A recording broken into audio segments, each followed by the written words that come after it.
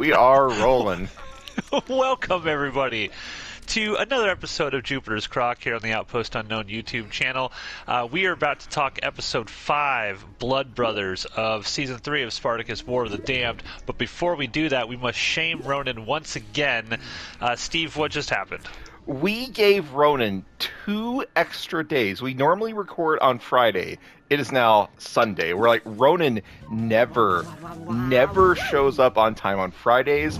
And even when he does show up on time on Fridays, he's almost always late. So let's just punt this to Sunday. We're not doing any gaming recording right now. Let's just do this during our normal gaming recording time on Sunday at 11 a.m. Central. And here comes Ronan rolling up at 11:05. Yeah, and it's just infuriating. Him and Rachel. They should create their own show on Outpost Unknown, and it will never come out because both of them will always be late to whenever they do. So we're pissed off. We're surly, much like the gladiators here, much like Crixus. I'm feeling much like Crixus this morning towards Ronan. But let's talk about episode 5, Blood Brothers.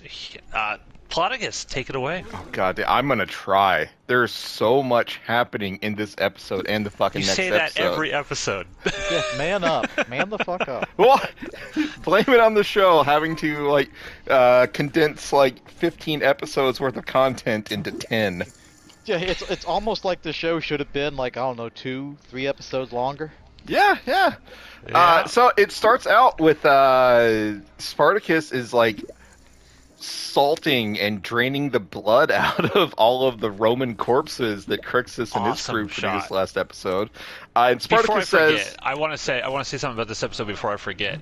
This, because I watched the audio commentary on this director, I think this is the only time this director actually directed anything in Spartacus.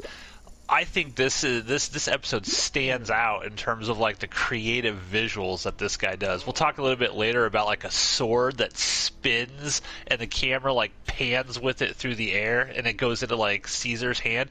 That was all done practically and everything. And in this opening shot here, the twisting camera through these hanging bodies, awesome. Just it's awesome. I pay no attentions to the artistic vision of an episode, so I have no idea what Matt's talking about. But I'm looking forward to that content. It looked cool. like every other episode. Yeah. Oh, shut your mouth! Except for those first 3 shitty episodes. Spartacus has big plans for these Roman corpses. They're still infighting within the gladiators. Crixus is training some newbies, and Agron and Spartacus go and watch. And Crixus and Spartacus give each other the stink eye a little bit.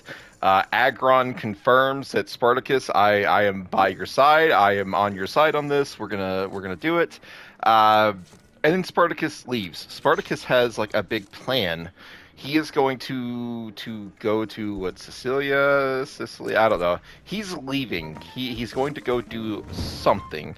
And so to do this something, he pays the pirates. He goes to Heraclio and says, "Here's money. I want you to take me to somewhere else." And the somewhere else is where shipments of grain and supplies are being delivered to Crassus. And so Spartacus basically starts stealing all of Crassus's grain and weapons and everything. Starts robbing the supply lines. But he's very upset that Heraclio is not going on this trip. Heraclio is like, "No, you didn't pay for my services. You paid for my ship. There's my ship. Have a good day, kind sir." I'm gonna stay here and get drunk and fuck whores. I got this nameless guy to actually pilot the boat. I can't fault pirate logic there in that situation. I mean, it tracks. It does track. Yeah. I'm trying to... There's so much that happens in this episode. So Spartacus goes off to do what he's got to do. We also see Weasel Face. Weasel Face is being very emo and upset, and he's at the followers' camp, and he sees his men get into a fight with his men, quotations. What used to be his men? Yeah, I don't know. the remains of his forces that turned tail and fled when confronted by Spartacus. He sees them fighting, and he actually like nuts up a little bit and goes to them and he's like, "Oh, now you want to fight someone? Now you've got this courage to do battle, but when you fucking fled before, you fucking suck. Clubface died instead of you, and that's bullshit." He's very upset. This episode, I think it was this one because I watched them back to back. This one was very traumatic for me. So I want to state up front. I apologize to you, gentlemen. When my initial thoughts of the Corey, Crassus, and Weasel Face relationship earlier on, this episode brought back post-traumatic stress disorder to me from watching the series before with this guy. I had forgotten everything that Tiberius has done. He does a lot of really fucked off shit. I forgot all of it. I blocked it all out of my mind.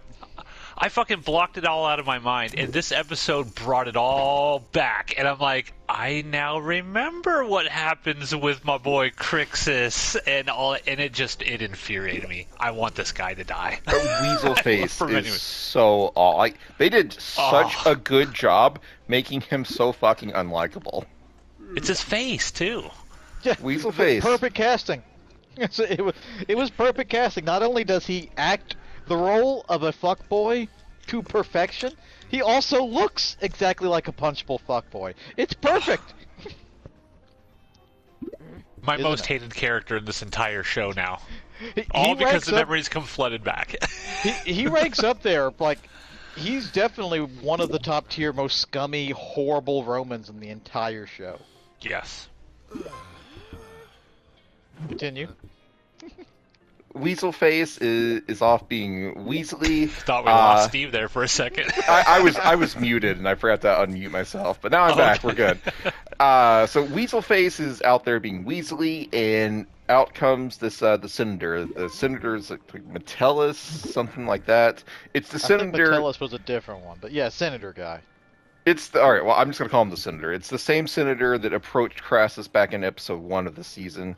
The Senator says, "Hey Crassus, what's going on here? The Senate gave you command so that you would go and fight Spartacus, not sit around on your ass and just hang out in your camp." And Crassus is like, "Oh, first and foremost, bitch, the Senate did not give me an army. You see all these people here, all the people that have like weapons and shit. I paid for that. This is my army." All the Senate gave me was the right to form an army, but I put the army together my damn self. Know your fucking role. And the Senator's like, okay, fine. Crassus's logic. Yeah, everything he says is great. It tracks. The Senate just gave him the title Imperator. That's it. Yeah. Like I could take this army and go home. Yeah, the Senate gave him the right to raise and command an army. He put the army together himself. But the Senator's like, we've got to do something. We have to make some sort of move because right now you're just sitting here.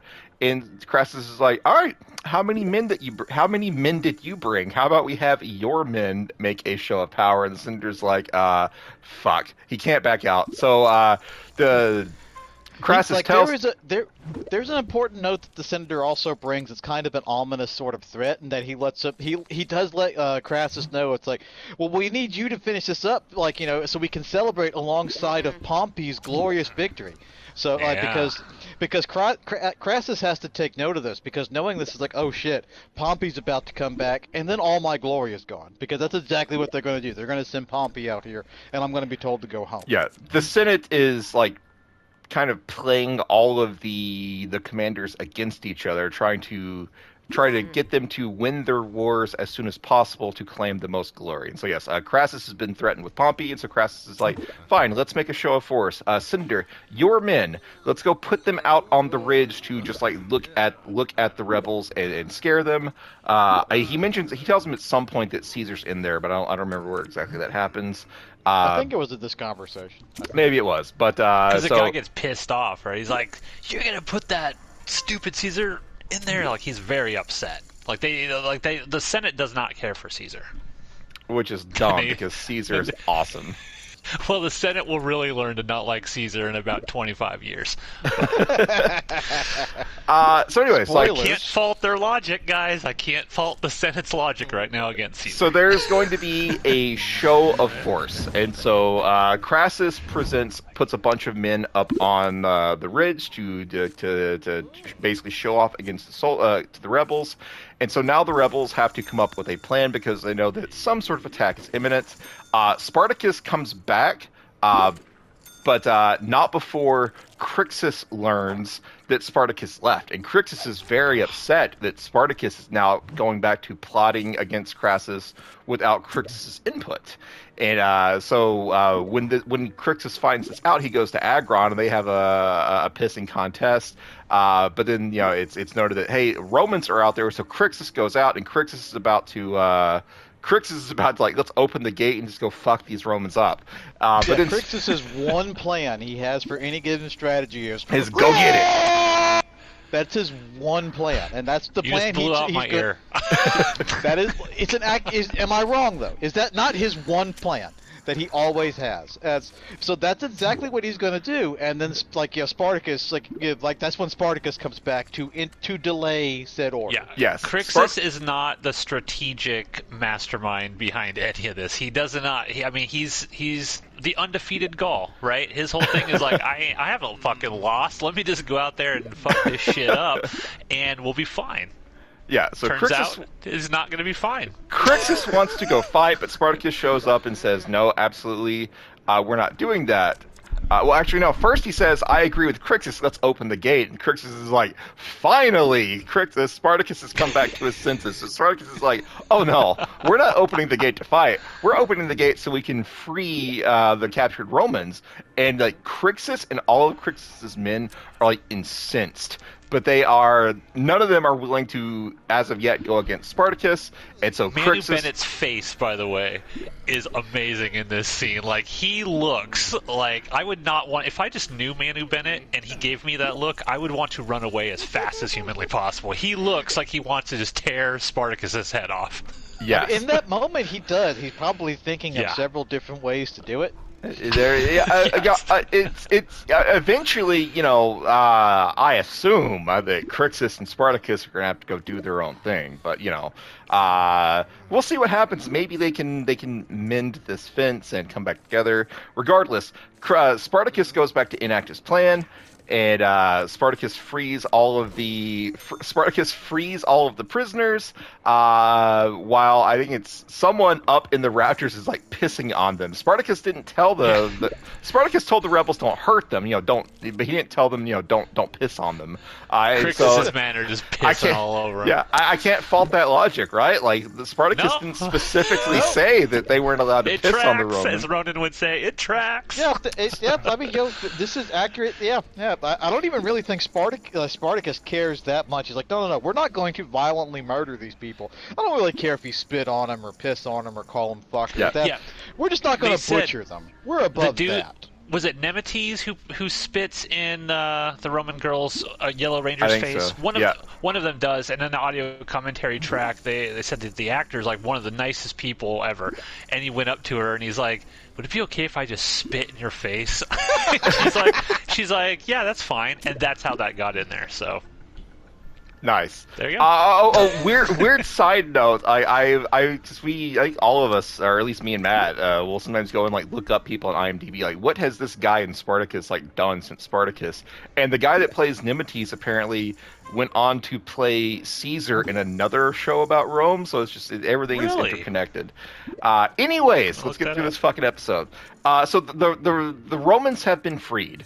And at this point, Gannicus is so pissed. He follows Spartacus. It's like, you let these people go. Like, Yellow Ranger is going to go right up to... No, it's not Gannicus, it's Crixus. Did I say Gannicus? I meant Crixus. All right, so Yeah. Crixus follows Spartacus and is like, what the fuck? You let these people go. These people that have been among us for some nondescript time because time doesn't move in the Spartacus world. Like, she knows too much, and you delivered the Yellow Ranger right to Crassus. And Spartacus is like, Yeah, I did. She's going to tell Crassus exactly what I want her to tell him. And so Spartacus, of course, is just fucking been scheming this whole time. And so Spartacus's plan was apparently always to make the Yellow Ranger think that Spartacus's forces were about to fracture, which they actually are. But so he wants Yellow Ranger to go and tell Crassus that Spartacus is leaving. Spartacus is saying, "Fuck this noise, I'm out." The people loyal to Spartacus are leaving, and the people loyal to Crixus are staying. So Spartacus's army has been split in half, and of course, Yellow Ranger does go and deliver this news to Crassus.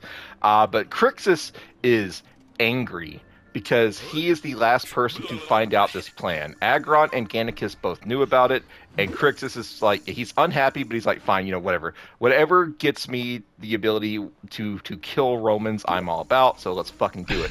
And so Spartacus, Again, not a lot going on in that brain. Spartacus enacts this plan that I am going to try my damnedest to summarize, because it is the craziest batshit thing that anyone has tried to pull off in this show so far. Before you explain it, they said on the commentary that they were concerned that the audience would not even understand this. That's why they brought out a map and they tried to So the visual aid, it made no fucking sense. I watched this twice. I watched this scene twice with Spartacus explaining his plan. So step one of his plan was gather underpants. Was get Yellow Ranger to get information to Crassus, which he assumed has now happened, and it did actually happen. Yellow Ranger goes to Crassus and tells him, basically, Spartacus is about to GTFO, and Crixus is going to be only the ones remaining behind. So step one of the plan is misinformation that has happened. The next steps of the plan are Spartacus is going to get on Heracleo's boat and go to an island where Crassus is storing supplies, with the expectation that Crassus will then split his own army and go to defend his supplies. And when Crassus's army lands on this island of supplies, Spartacus' forces will actually just leave and come back to join the main group. But the main group is not actually the main group, because the main group, which are Crixus' forces, are actually going to leave the city under the cover of night and go to some part of the land that's supposed to be impassable, but they're just going to figure it the fuck out. And so to keep Crassus from not realizing that Crixus' forces have also left the city, they're going to take the bodies that they are assaulting at the beginning of the episode and dress them up like soldiers and put them on the perimeter of the city to make Crassus think that the city is actually still occupied when the city is not actually occupied. And so the ultimate goal is to make Crassus split his forces. Meanwhile, Spartacus's entire army will attack the remaining force from two sides. Classic pincer maneuver. And Jesus fucking Christ, did I miss anything? Was that the actual plan? I can neither confirm nor deny that was the plan. I can fault this logic. Because this does not track whatsoever. No. At any point, something that Spartacus assumes will happen could not happen, and the entire plan will fall apart. This plan gets completely fucked over because Spartacus needs a certain group that is not known for loyalty to be loyal and firm. Yes. So, anyways, like that really dumb decision that Spartacus makes. Like that was the plan. Like divide his force to make Crassus divide his force, and then Spartacus's forces will become whole again and attack. That was the plan. But the plan does not go correctly because Crassus immediately sees through all of this. Crassus does not fall for any of Spartacus's bullshit, and so Crassus just goes and finds the pirates and pays the pirates off. And so when I can't fault his logic. Yeah, when the pirate ship comes back, it's full of Roman soldiers. Like the force that Spartacus sent out with Heraclio is now dead. So R.I.P. Sanus. I like the Sanus character, and then he just disappears from the show, presumably killed off screen. But when the pirate ship comes back from the island to pick people up to deliver them to the island of supplies, it's full of Romans, and so all of the Romans attack. At the same time, Caesar kills Nemetes and Nemetes' crew, and like admits to Nemetes that he is Caesar. He is a Roman. Nemetes tries to basically tell Caesar, like, I give no fucks about the rebels. I'm not, I didn't come from the Ludus. I didn't come from any of the areas that these people are from. I just want to go home. So if you help me get home, I will 100% help you kill Spartacus. But Caesar's like, well, I appreciate the offer, but I got other plans, and kills Nemetes. So Nemetes, who is also a notable piece of shit in the show, is now dead. Caesar... Now, with that scene in particular, the creator, Stephen DeKnight, said that they intentionally did it so that Caesar... They made it look like Caesar was going to accept it, because he kind of puts his sword down. But that the reason why Caesar killed him, regardless, even if Nemetes could help him, was because he was still pissed off about what Nemetes was doing to that Roman woman. Yeah. So Caesar's like, I give no fucks for you, buddy. I'll handle this on my own. I'm Julius fucking Caesar. And so Caesar reveals his treachery, kills Nemetes, and then Caesar, as well as the pirates and the Romans delivered by the pirates, you go and attack Spartacus, and at this point, like, half of Spartacus's forces are gone. They've already like exited through the back of the city with to try to flank Crassus's people or whatnot. But now, so just the Romans plus Caesar plus the pirates are fighting off all of the gladiators, and the Romans are winning. Like, Spartacus was not prepared for this. Caesar stabbed Spartacus, like literally stabbed Spartacus in the back. So Spartacus is injured. Like the main heavy hitters like Crixus and Gannicus and Agron and Spartacus, like, they're together again, but they know they're outnumbered.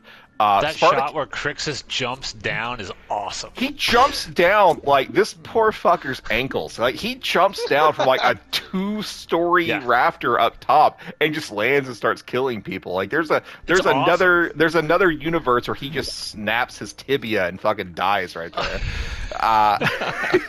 Superhero landing, terrible for your knees. Really, really terrible for your knees. Yeah. So at this point, like, the gladiators have made up. Like, Crixus showed up to essentially save Spartacus here, and so Spartacus is like, even when we're at odds with one another, you showed up to save me. And Crixus is like, as you've done many times before, and they shake hands, and so like the rift between Spartacus and Crixus is partially healed at this moment. They know they're going to lose the town, and so they're trying to save as many people as they can by sending them out like the back exit of the city into this land that is supposed to be impassable. And Agron and Donar and Saxa are trying to hold the gate, but they eventually like fail because Caesar, like, they tried to like raise the gate, and Donar shows up and just cuts the rope to the gate, and so Caesar's like, fuck it, I'll burn the shit down. And so Caesar sets the thing on fire. So like the gate is burning. Meanwhile, like the other like big heavy hitters like Crixus and Gannicus and Spartacus, they're like, we have to leave. We have to get out of here right now. And Gannicus is like, I will distract them. So yeah, I will draw them away. And so he's becoming the leader that Spartacus tried to get him to be the Spartacus whole time. tells him at one point, like, if something happens to me, like, you need to step up. And Gannicus is like, no, I'm not doing it. I will sacrifice myself. If I die, it's not that big a deal because I'm not a leader. And so Spartacus accepts, and Spartacus and Gannicus and everyone else flee except for Donar. Donar's like, well, if I die, people will care even less. And so Crixus and Donar go to make a distraction. They set like the grain area on fire, and immediately a Roman soldier is like, dispatch sentries, divide our forces, send forces over there to do something about that fire. Crixus is like, no. Crassus is like, no. Crassus immediately sees through all of the bullshit, and he's like, that's a distraction. Keep our people together and send them on the predetermined path. No distractions. Crassus is awesome. He immediately sees through all of Spartacus's bullshit in this episode. And so Spartacus and the rebels flee. Gannicus and Donar are fighting their way through the streets as a distraction. Donar gets killed. Question mark. Yeah, you jumped the gun there, Ronan. Give me a fucking minute. Ronan. No, because you've been making the mistake. We have to make corrections. There was no correction. I was getting to it. You jumped the gun. Donar dies. Air quotes, dies. And so now it's just mark. Now it's just Gannicus and Sybil, because they found Sybil hiding somewhere, just waiting for Gannicus to come and save her again. And so, can somebody not just kill this fucking? Someone character. end this small child that is following Gannicus around here. So Gannicus and Sybil have to hide. Donar is dead. Air quotes. Meanwhile, so the only Spartacus forces remaining in the city are pretty much the people holding the gate. The final shot, or maybe am I jumping the gun? Maybe some of this happened in episode 6. I don't even know at this point. Because the end of this episode is the battering ram coming through, and Caesar saying, like, getting the smile on his face, and it cuts to black.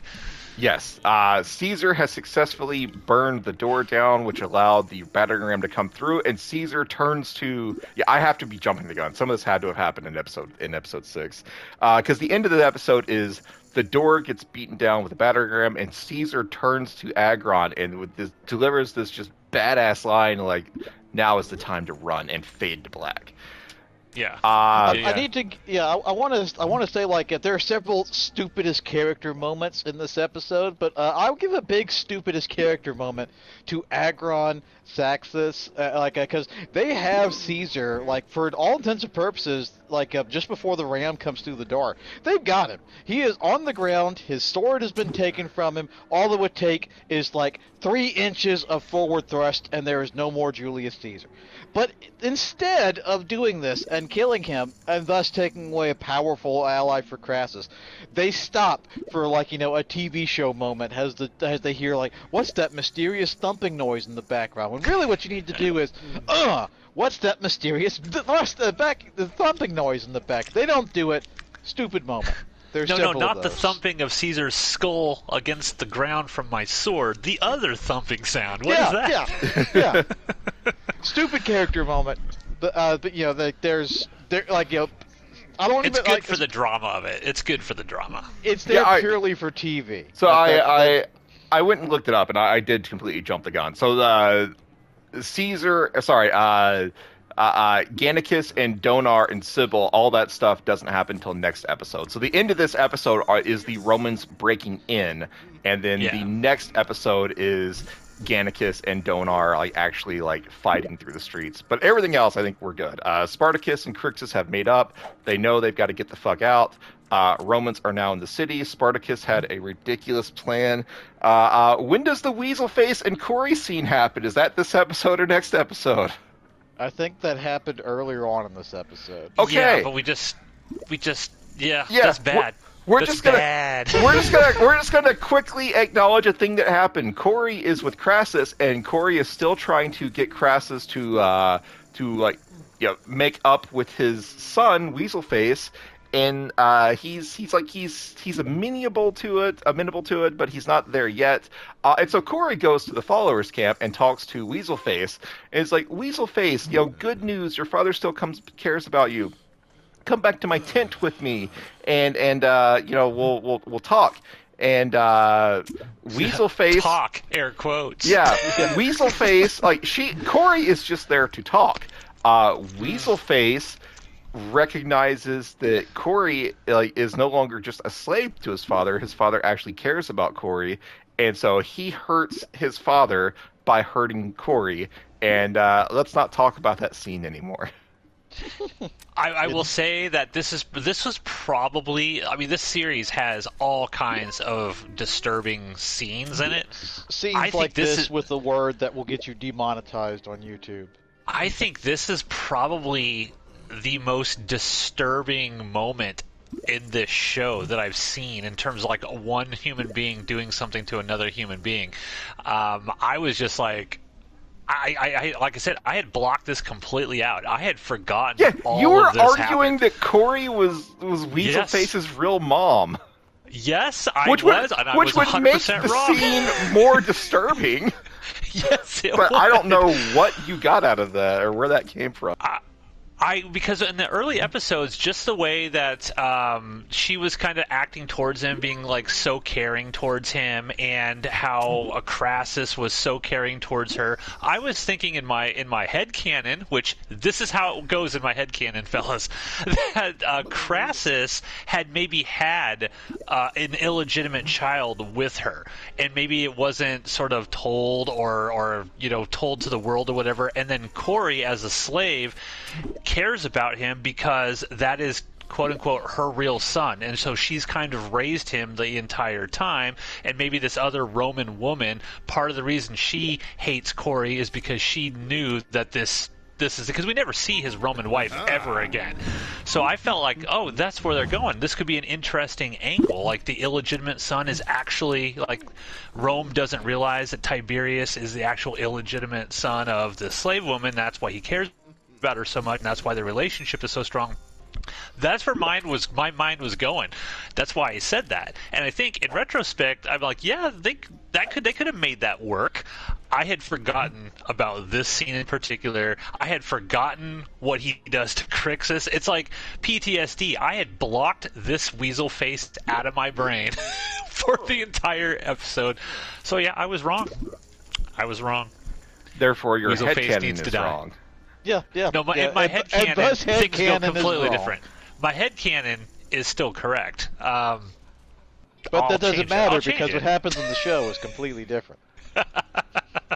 Yeah, did I miss anything? I watched this episode back to back with episode 6, and so I know I crossed up some shit there, but I think we get the high points. You cross streams, yes. That's I okay. crossed the streams. I thought this episode was awesome. You know better than the cross the stream, Steve. You know better. Except crossing the streams actually works every time they need to use it. This is true. Shut up! Let's finish talking about this episode. No, we need to talk about Ghostbusters and crossing the streams. I like this episode a lot. I thought it was cool. I love the shot of the sword that spins and flies through the air and lands in Caesar's hand. That was actually done practically. They actually threw one up in the air, and then they had like a drill on the end of the sword, and it spun it around, and they tracked the camera all the way there. I thought that was cool. I thought the camera work was creative in general. I like the tension that is now building between all of our heroes. Julius fucking Caesar has his badass moment. Aside from that scene that was very uncomfortable and brought back nothing but unpleasant memories about Weasel Face to me, I still think that scene is very, it's powerful narratively because it really makes you hate that character. And I'm happy that this show goes there. And there's a sequence later on with Caesar that's going to be maybe just as uncomfortable. She is not the only one who receives this treatment. Yeah. So this is... I like that the show is willing to go there, and I appreciate that they do it, but man, it's uncomfortable. But yeah, I love this episode. I thought it was fantastic. Next. I've already talked a lot. Ronan, continue. Ronan? Spartacus's bizarre bullshit plan. I think they opened up a history book and they realized, oh, this is neat. Spartacus defeated somebody by doing this. Oh, this is neat. Spartacus defeated somebody by doing this. We can't do all of it, so let's just throw these. This will be a cool little Easter egg because, the idea of him taking the Romans and putting armor on them and stacking them against walls, so it looks like the camps are still occupied. That was a thing. That was a tactic that he used to get away from one of the 8 various praetors that he just offs off camera. That was one of the ways that he did it. So they couldn't show that. So it's well, let's kind of allude to it here because you see him hoisting those bodies up in the beginning of the episode, and ultimately it never pays off. And I didn't even really catch that was the plan when he was explaining it to Crixus. But the Steve in his explanation of it, okay, that makes some sense. The whole idea, we'll split forces and we'll have one force go here and then rejoin through here. That was also stuff that he would do. So they threw all of the various ways that he had beaten Romans in the past into this plot that makes no sense in this context and thus doesn't work. But this is Is this the first plan of Spartacus's that actually completely just fails? Yeah, as far as the show goes, that it shows us, because they tell us in season 2, they're like, okay, well, yeah, I thought you were just like, an amazingly super, awesome tactician, but it turns out like, strategy and luck is the only reason that you're still alive.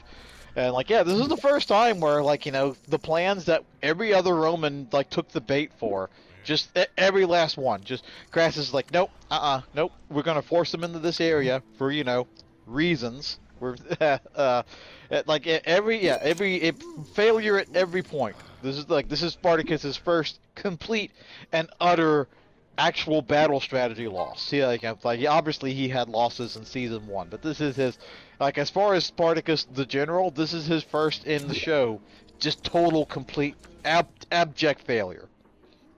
Yeah, and I like that. I like that we actually see Spartacus knocked down a peg by Crassus. That's one of the cool things about this episode. I think I love, like Steve said, how Crassus sees through Spartacus's bullshit every step of the way.